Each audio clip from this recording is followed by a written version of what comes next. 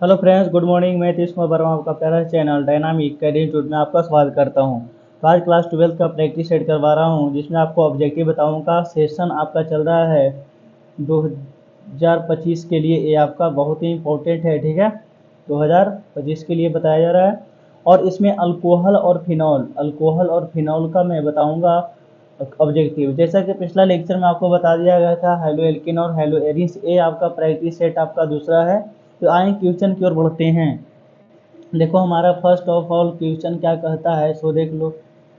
First question हमारा कह रहा है कि अल्कोहल में सक्रिय क्रियाशील मूलक कौन सा है। अल्कोहल में सक्रिय क्रियाशील मूलक कौन सा है। थोड़ा जवाब आप भी दे सकते हैं इसको अच्छे से। तो देखो इसमें कहता है बच्चा कि अल्कोहल में सक्रिय क्रियाशील मूलक कौन है। OH, COOH, CHO। तो इसमें देखा जाए तो आपका आंसर निकल के आएगा, अल्कोहल का होता है OH। ये तो पता होगा, अल्कोहल का क्या होता है, OH होता है, ठीक है। इसका आंसर हमारा क्या होगा, ए। चलो नेक्स्ट क्वेश्चन की ओर बढ़े। तो नेक्स्ट क्वेश्चन हमारा कहता है, नेक्स्ट क्वेश्चन क्या कह रहा है कि CH3O C2H5 का IUPAC नेम क्या होगा। इसमें कह रहा है IUPAC नेम क्या होगा, इसका तो ध्यान रखना है। इसका IUPAC नेम क्या होगा। तो देखो सबसे बड़ी बात है कि इसका ये जो आंसर दिया गया है, ये तो भाई साहब गलत दिया गया है, ठीक है। ये तो देखो करके देख लो। इसमें होना चाहिए था क्या, इथॉक्सी। जो यहाँ पे इथॉक्सी मीथेन दिया है, इसके जगह पे होगा मिथॉक्सी मिथॉक्सी मिथॉक्सी एथेन होगा। ध्यान रखना है क्या होगा, मिथॉक्सी एथेन। तो आंसर इसका ये हो जाएगा, ना कि ये गलत आंसर है आपका। सी जो दिया है इसमें गलत है। और देखो तो इसमें आपको मिथॉक्सी एथेन मिलेगा भी नहीं। इसका आंसर प्योर तौर से देखा जाए तो आपका क्या है, मिथॉक्सी एथेन। देखो ये जो छोटा वाला पार्ट होता है ना, CH3O C2H5, जो छोटा रहेगा। देखो CH3 C2H5 से छोटा है तो छोटा वाला ऑक्सी के साथ चला जाता है, और साथ में ये एथेन होता है। तो ये आपका सही आंसर है, ठीक है। तो मिथॉक्सी एथेन लिखोगे इसका नाम। इसमें देखो लिखा मिथॉक्सी मेथेन, ये नहीं होगा। इसमें देखो लिखा इथॉक्सी एथेन, ये भी नहीं है। इसमें लिखा है इथॉक्सी, या तो आप डी लिख सकते हो। इसमें इसका आंसर इसमें से एक और दिया है, इसमें दिया है आपका डी। इनमें कोई नहीं होगा। इथॉक्सी मेथेन तो होगा नहीं। इसका आंसर सही हो जाएगा आपका। इसमें आंसर देखो, इसमें देखा जाए तो आंसर भी सही दिया है, देखो है ना। आंसर भी देखो डी दे रखा है, डी दे रखा है, यानी कि इनमें कोई नहीं है। इसका आंसर सही क्या होगा, तो मिथॉक्सी एथेन होगा, याद रखिएगा। ओके, आगे आप बढ़ें। तो देखो निम्न में कौन मिथॉक्सी मीथेन का सूत्र है। मिथॉक्सी मीथेन का सूत्र हमारा यहाँ पे होता है, देखो ये गलत दे दिया है। मिथॉक्सी मीथेन का सूत्र होता है CH3OCH3। देखो इसमें ए ना हो करके आपका फर्स्ट होगा, इसको लिखोगे मेथॉक्सी मेथेन। ये आपका फार्मूला है, मेथॉक्सी मेथेन ना कि, ठीक है। जो बता रहे हैं उसको ध्यान रखना है। ऑप्शन में आपका ए आंसर सही है, ठीक है। ए वाले मारेंगे, CH3CO CH3, ठीक है। ये इसका मेथॉक्सी मेथेन का फार्मूला दिया गया है। ये तो कीटोन है, इसका नहीं होगा। आगे बढ़े तो क्या लिखा था यहाँ पे कि एल्के नल का सामान्य सूत्र क्या होता है। एल्के नल का सामान्य सूत्र होगा CnH2NO। क्या होगा, CnH2NO, यानी कि आंसर आपका इसका होगा बी। चलो आगे बढ़ो। आगे क्या कहता है, एथेनॉल एथेनॉल जल में घुलनशील है। एथेनॉल जल में घुलनशील है क्योंकि जल के साथ निर्माण क्या करता है। जल के साथ क्या निर्माण करता है बच्चा, जल के साथ निर्माण करता है आपका, देखो एक मिनट, जल के साथ निर्माण करता है, हाइड्रोजन बॉन्ड निर्माण करता है। क्यों ऐसा होता है इसको देख लो। कहता है कि एथेनॉल जल में घुलनशील होते हैं। एथेनॉल का फार्मूला देखो, सबसे पहले एथेनॉल का फार्मूला देख लो, यानी कि C2H5OH की बात कर रहा है। ये कह रहा है कि ए वाले भाई साहब जल में घुलनशील क्यों होते हैं, क्योंकि इसमें हाइड्रोजन बॉन्ड होते हैं। देखो हाइड्रोजन बॉन्ड है, इसमें हाइड्रोजन बॉन्ड है, सहसंयोजक बॉन्ड है, आयनिक बॉन्ड है, यानी कि हाइड्रोजन बॉन्ड के कारण क्या होता है कि इसमें ये जल में घुलनशील हो जाते हैं। देखो ये क्या होते हैं, जल में घुलनशील हो जाते हैं, सी। तो ऑप्शन नंबर यहाँ पे आपका दिया गया है सी, ठीक है, तो सी होगा इसका। देखो यहाँ पे भी आपको बता दिया गया है, जैसे कि देखो एथेनॉल जल में घुलनशील होता है क्योंकि ये जल के साथ निर्माण क्या करता है, हाइड्रोजन बॉन्ड निर्माण करता है जल के साथ। चलो नेक्स्ट देखो, नेक्स्ट हमारा कहता है कि फेनॉल का सूत्र क्या होता है। चलो बताते हैं, फेनॉल का सूत्र होता है यानी कि C6H5OH, ये हो गया फेनॉल का सूत्र, ठीक है, यानी कि ऑप्शन नंबर 1 सही है। चलो नेक्स्ट क्वेश्चन क्या करता है, एथेनॉल को सांद्र गंधकः अम्ल की अधिकतम 170 डिग्री पर गर्म करने पर प्राप्त क्या होता है, 170 डिग्री पर गर्म करने पर प्राप्त होता है एथेन। ये बात ध्यान रखना, क्या प्राप्त होता है, एथेन प्राप्त होता है। चलो एथेन प्राप्त हुआ, आंसर नंबर 8। अब यहाँ पे कह रहा है कि मेथेनॉल का सूत्र क्या होता है, तो सबसे पहले मेथेनॉल का सूत्र हो जाएगा CH3OH, ये हो गया मेथेनॉल। चलो नेक्स्ट क्वेश्चन कहता है अल्कोहल बनने में एल्केन के एक हाइड्रोजन को किस ग्रुप द्वारा प्रतिस्थापित किया जाता है, तो बोलना है कि हाइड्रोक्सिल ग्रुप द्वारा प्रतिस्थापित होता है। अल्कोहल बनने में एल्केन के एक हाइड्रोजन को किस ग्रुप द्वारा प्रतिस्थापित किया जाता है, तो लिखना है हाइड्रोक्सिल ग्रुप के द्वारा प्रतिस्थापित किया जाता है। ओके, तो यहाँ देखो कहता है इथाइल एसीटेट में CH3 MgBr, तो MgBr प्रतिक्रिया कर क्या बनाता है, तो दिखना है 3 डिग्री अल्कोहल बनाता है, 3 डिग्री अल्कोहल बनाता है, ठीक है। तो नेक्स्ट बढ़े बच्चों, तो नेक्स्ट देखो ये सब ध्यान रखना है, एग्जाम के पॉइंट ऑफ व्यू से पूछेगा, ठीक है। देखो अब क्वेश्चन क्या कर रहा है इसे देखो आगे, कहता है ROH और CH3Na2 में कहता है प्रतिक्रिया में निकलने वाला समूह कौन सा है। निकलने वाला समूह देखो R यहाँ से बाहर निकल जाएगा, R यहाँ से आपका बाहर निकल जाएगा, OH और CH2Na2 निकल जाएगा, यहाँ से R बाहर खसक जाएगा। देखो 1 डिग्री 29 3 डिग्री अल्कोहल में अंतर चार्ज ज्ञात करें, तो डी में इसमें सभी हो जाएगा जी, इसका आंसर आपका सभी। ऑक्सीकरण विधि द्वारा लुकास प्रति चार्ज के द्वारा विघटन में परीक्षा द्वारा आप कर सकते हैं। तो इसमें कहता है कि देखो इसका देखो ग्लिसरॉल क्या है भाई, ग्लिसरॉल है मोनोहाइड्रिक अल्कोहल, क्या है, मोनोहाइड्रिक अल्कोहल है। ग्लिसरॉल क्या है बच्चों, मोनोहाइड्रिक अल्कोहल है। तो आगे बढ़ें, कहता है कास्ट स्प्रिट कहलाती है, कास्ट स्प्रिट किसको बोलते हैं, तो कास्ट स्प्रिट होता है CH3OH को हम कास्ट स्प्रिट बोला जाता है, इसको बोलते हैं कास्ट स्प्रिट। आगे देखो क्या कह रहा है, अगला क्वेश्चन हमारा है सांद्र H2SO4 निर्जलीकरण का निम्नलिखित अल्कोहल में कौन 2 ब्यूटिल देता है, तो कौन 2 ब्यूटिल देगा, यानी कि हमारा 2 ब्यूटिल देगा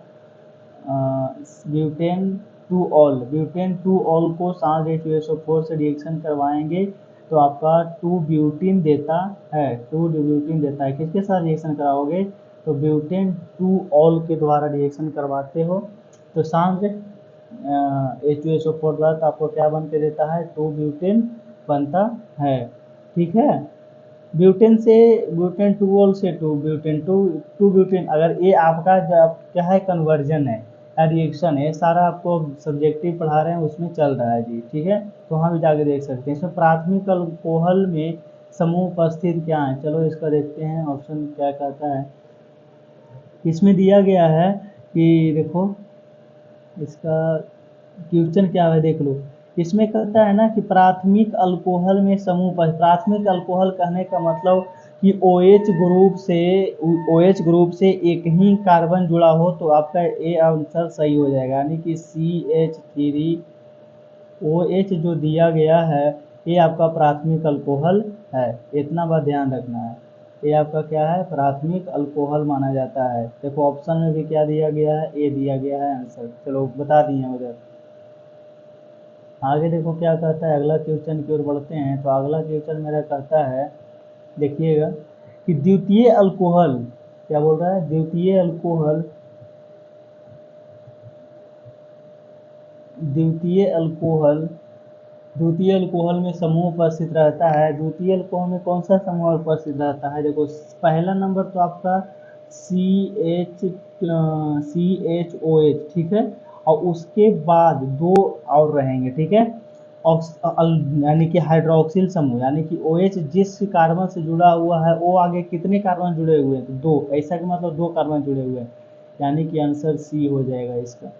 अब आगे देखो तो क्या कहता है, आगे हमारा कह रहा है कि इनमें कौन सा मिश्रित अल्कोहल का मिश्रित अल्कोहल आपका बी हो जाएगा, मिश्रित अल्कोहल ROR डैश, ठीक है, ये वाले आपके हो जाएंगे।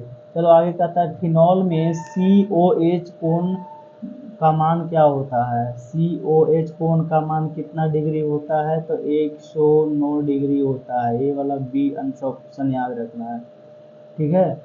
तो आगे बढ़ें, आगे हमारा क्या कर रहा है सो देखिएगा अच्छे तरीक़ा से। तो अगला क्वेश्चन हमारा कह रहा है, देखो अगला क्वेश्चन है, दिखाई दे रहा है सबको, विस्फोटक पदार्थ बनाने में प्रयुक्त कौन सा होता है? तो ग्लिसरॉल जो होता है भाई विस्फोटक पदार्थ, इससे आप बना सकते हैं ग्लिसरॉल से। जब एल्किल हैलाइड को शुष्क Ag2A के साथ गर्म किया जाता है तब क्या बनता है? हमको ईथर बनता है। क्या बनता है जी? ईथर। क्या बनाएंगे? ईथर बनाएंगे। जब एल्किल हैलाइड को Ca शुष्क Ag2O के साथ गर्म करते हैं तो क्या बनता है? ईथर बनता है। चलो थोड़ा सा इसका हम करा के देखते हैं क्या बनाता है। देखो इसमें आपका एक रहेगा CHL, एल्की बोल रहा है ना, एक सेकेंड हम देखो शॉर्टकट बना के बताते हैं आपको।